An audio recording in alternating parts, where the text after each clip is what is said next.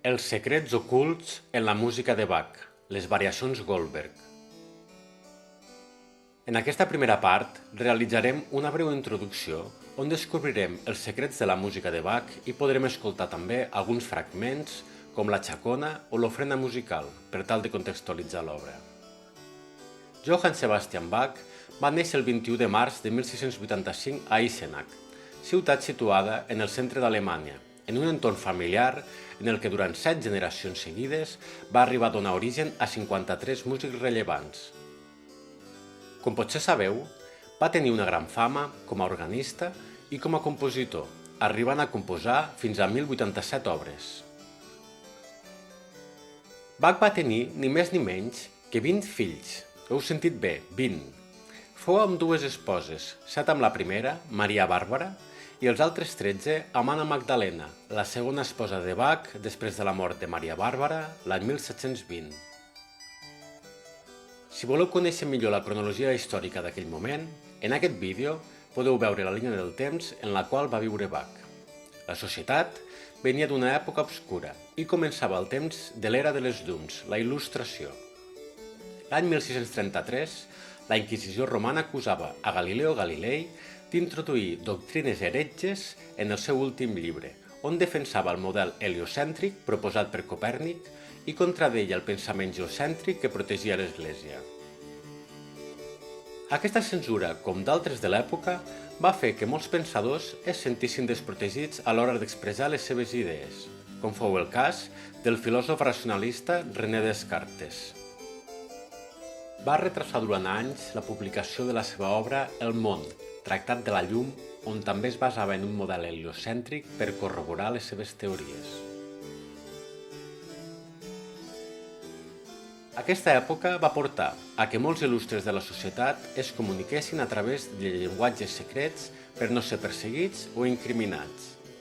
En sobtades ocasions, l'art també ha contingut missatges xifrats, ocults o implícits en si mateix, com poden ser les obres de Michelangelo en la Capella Sixtina, l'últim sopar de Leonardo da Vinci o els símbols maçons que podem trobar ocults en moltes catedrals. Tot sembla apuntar que en el final del barroc també fou d'ús popular la poètica matemàtica, on s'ocultaven, a través de la gematria i com a joc intel·lectual, codis entre les proses i els versos que contenien missatges secrets. De fet, Christian Friedrich Henrici, amb el sobrenom de Picander, poeta i llibretista alemany i famós per escriure numeroses cantates per a Bach, era un aficionat reconegut d'aquesta moda literària. Bach podria haver après i practicat d'aquestes fonts, però no en sabem res perquè seria possible que pel descrèdit, rebuig social o persecució que portava a realitzar aquestes pràctiques s'hauria mantingut en secret i només hauria deixat missatges ocults pels que ho poguessin desxifrar.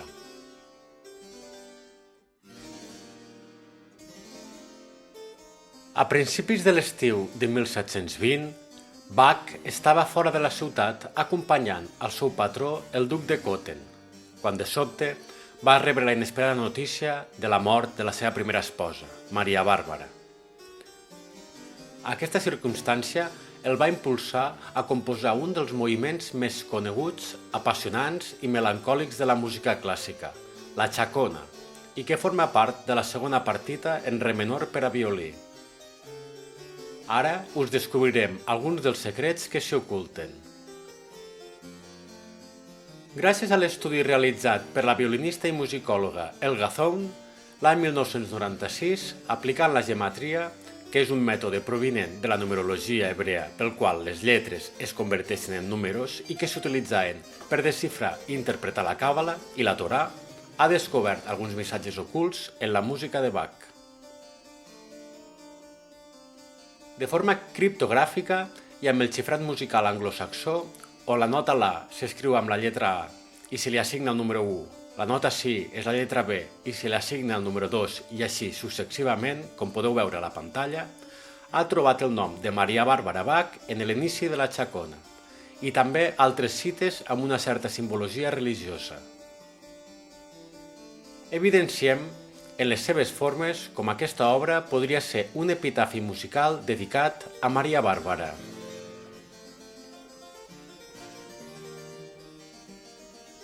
Sorprenentment, el Gazzón també ha resolt que entre les harmonies i melodies de la Chacona s'oculten en el seu interior 11 melodies de corals luterans.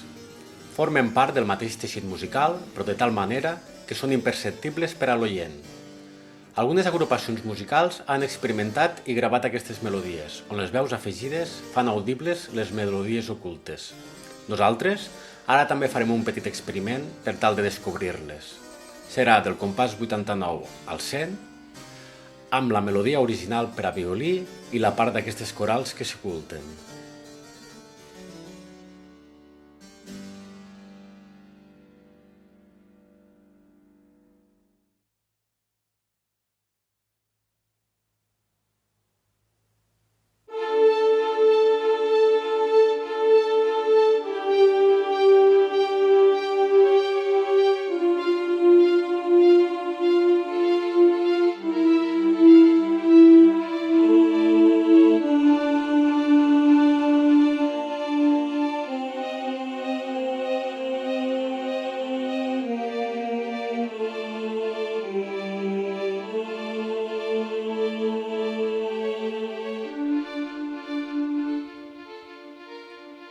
Molts músics i musicòlegs han estudiat i homenatjat a Bach durant més de 2 segles i com més profunditzes en la seva obra, més sorpresa i admiració provoca. Sens dubte, és el millor mestre d'harmonia i contrapunt de tots els temps.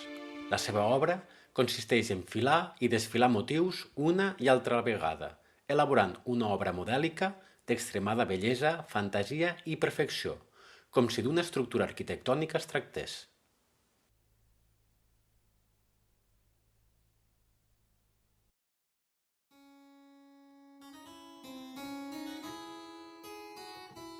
Un altre exemple on podem observar aquesta bellesa i proporcionalitat, plena d'elements decoratius, és en l'obra L'ofrena musical.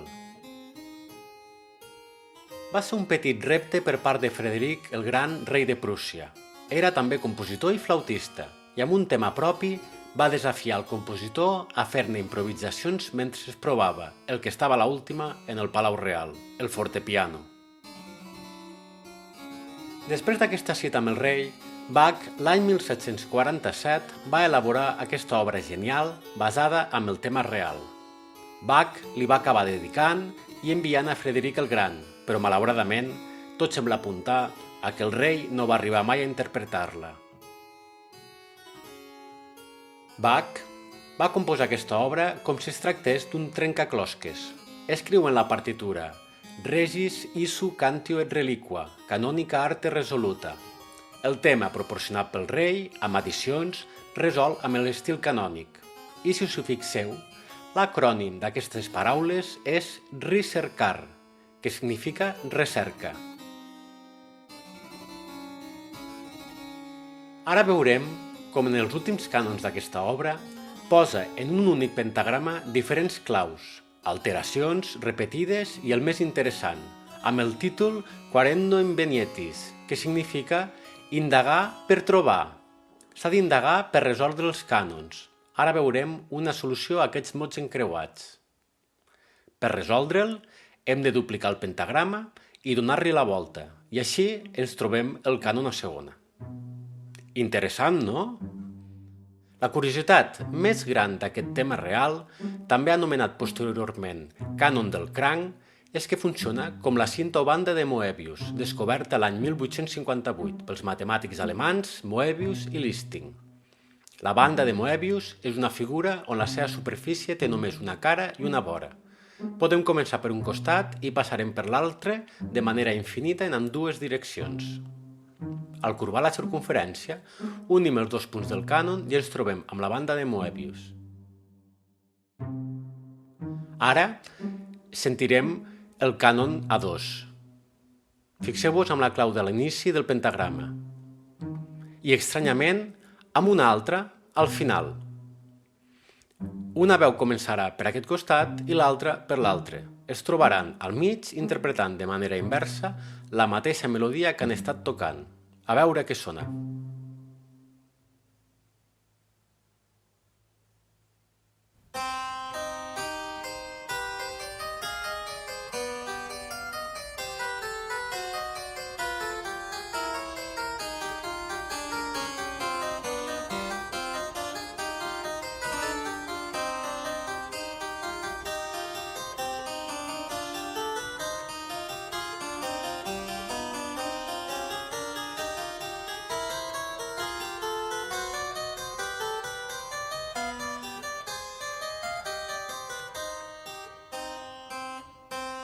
I ara el cànon tornaria a començar infinitament i de forma invertida.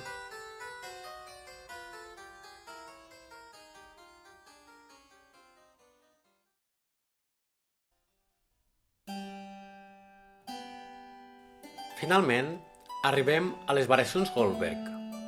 Van ser escrites l'any 1742 amb el nom d'ària en variacions diverses i per encàrrec del comte de Kaiserling. Segons ens explica Johann Nikolaus Forkel, en la biografia sobre Bach publicada l'any 1802, el comte Hermann Karl von Kaiserling, ambaixador austríac de la cort de Dresden, estava freqüentment malalt i passava nits d'insomni. Pensant que la música li alleujaria el turment, va encarregar a Bach que li escrivís unes peces musicals que el distraguessin i així poder conciliar el son. Alguns potser us preguntareu, però per què si el nom original és àrea en variacions diverses s'anomenen actualment variacions Goldberg? Doncs això s'explica justament perquè, segons Forkel, el jove clavecinista de la cort, Johann Gottlieb Goldberg, també alumne destacat de Bach, les interpretava nit rere nit per entretenir les nits d'insomni del comte.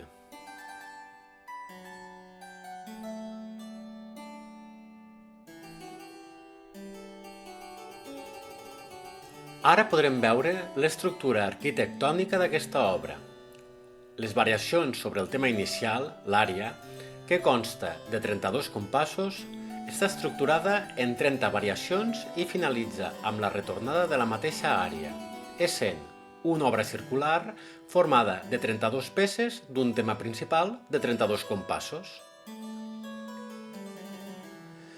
El 93% de l'obra està en sol major, tonalitat que en el barroc representa la benedicció divina, i les altres 3 variacions que representa el 7% de l'obra està en sol menor i tenen un caràcter més aviat tràgic i melancòlic. Com a data curiosa, sembla ser habitual trobar-nos amb tonalitat de sol major, ja que, segons aquesta gràfica proporcionada per Spotify, plataforma musical que actualment té molt més de 100 milions de subscriptors, la majoria d'obres que s'hi escolten es troben en aquesta tonalitat. Tornant a l'estructura de l'obra, totes les variacions tenen 32 compassos, en excepció de 5 que en tenen 16. L'obra es pot dividir per la meitat i en 2 blocs principals, és a dir, de 16 peces cadascun. El primer bloc s'inicia amb l'ària de 32 compassos i sona així.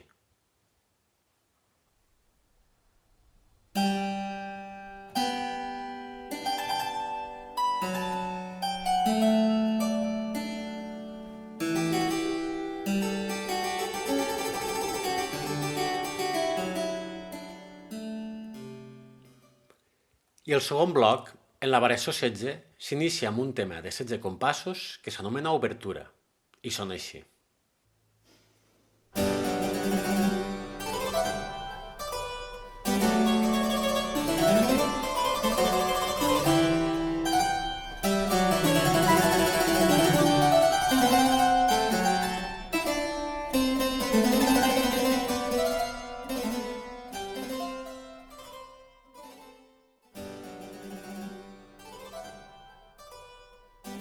Com heu pogut escoltar, sona amb el caràcter d'obertura inicial d'un nou bloc i la segona part d'aquesta variació de 32 compassos funciona com una variació típica.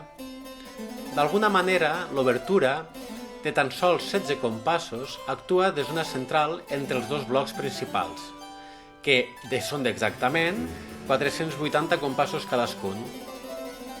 A la vegada, aquestes variacions també es poden estructurar en 3 parts.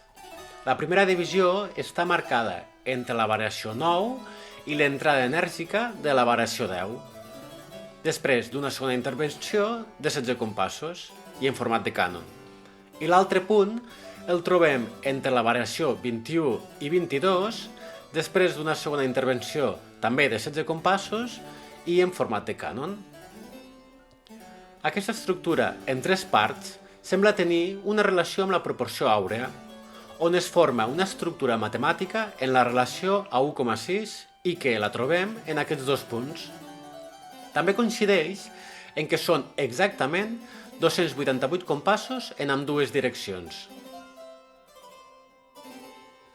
Ara, fixeu-vos en el total dels 9 cànons que té l'obra. En el seu transcurs van ascendint progressivament des del cànon a l'uníson en la variació 3 fins al cànon a la novena en la variació 27. També podríem dir que els cànons es troben incorporats dins la taula del 3, és a dir, en la variació 3, que és igual a 3 per 1, trobem el primer cànon a l'uníson. En la variació 6, que és igual a 3 per 2, trobem el segon cànon a la segona. A la 9, que és igual a 3 per 3, a la tercera. I així, fins a la variació 27, que és igual a 3 per 9, amb l'últim cànon, amb imitació a la novena. Estem davant d'una perfecta unió entre les matemàtiques, l'aritmètica, la geometria i podem contemplar amb nitidesa la forma i els fonaments de l'estructura musical de Bach. Per anar acabant, ja en l'última variació, la número 30, on per la forma esperaríem trobar un cànon a la desena, apareix un tema anomenat Quodlibet, on hi ha fragments d'una cançó popular saxona titulada Fa temps que no he estat amb tu, referint-se a la tornada de l'ària que dona peu i conclou tot el cercle de les variacions Goldberg. I sona així.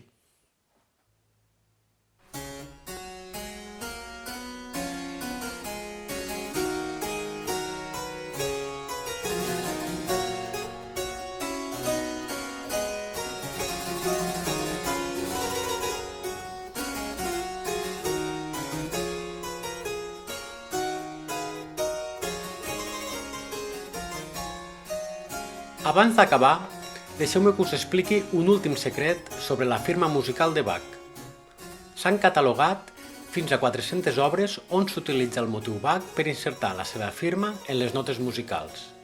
En el xifrat anglosaxó, com he mencionat al principi, la nota si bemol és la lletra B, la nota La és la lletra A, el Do la C i el Si natural, en la nomenclatura alemana, la lletra H.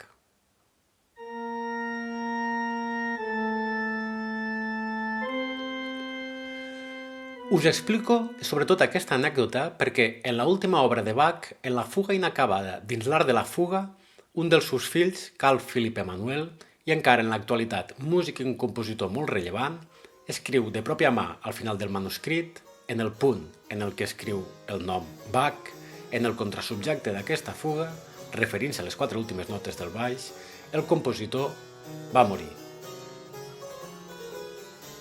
Bach patia de greus problemes de salut. Havia perdut la totalitat de la seva visió i va morir l'any 1750 composant aquesta fuga amb 65 anys. Serà tot fruit de la casualitat? El que sabem del cert és que més enllà d'algunes incògnites i curiositats sobre aquest compositor, a mesura que anem descobrint la seva obra, a molts ens seguirà sorprenent i fascinant.